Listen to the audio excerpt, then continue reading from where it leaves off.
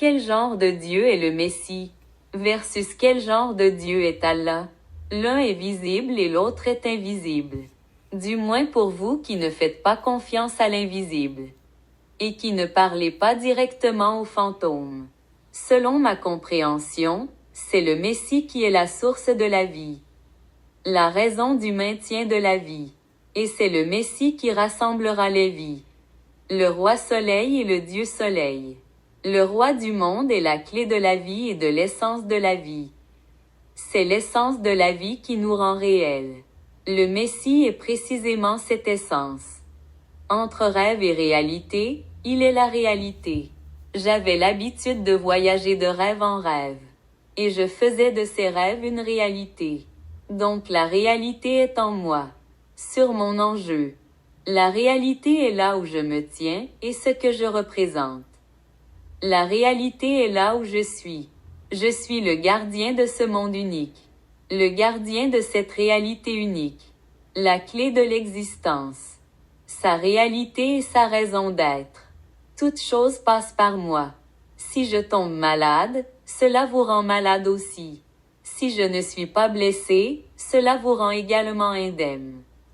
Tant que je vis, tu vis aussi. Le jour où je mourrai, tu mourras aussi.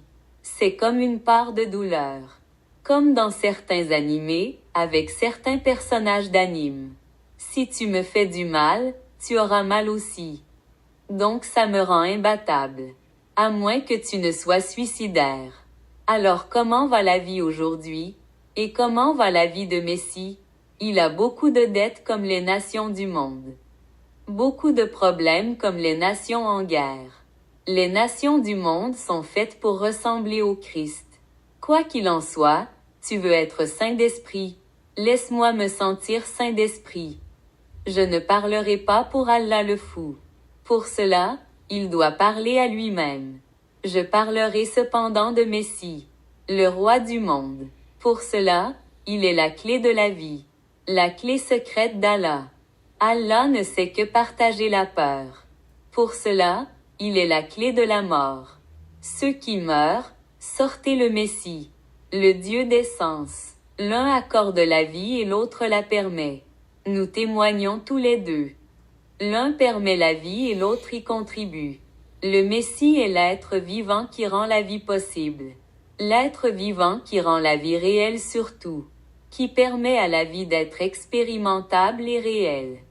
Alors qu'Allah est l'invisible qui travaille dans l'ombre. C'est dans ce sens que le Messie est le premier-né. Le premier-né d'Allah et de son Coran.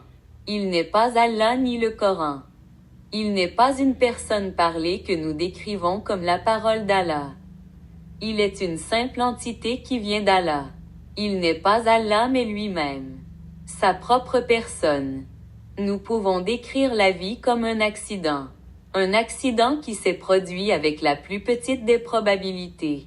La rencontre d'Allah et de son prodige a créé la vie. Comme deux atomes qui entrent en collision et explosent.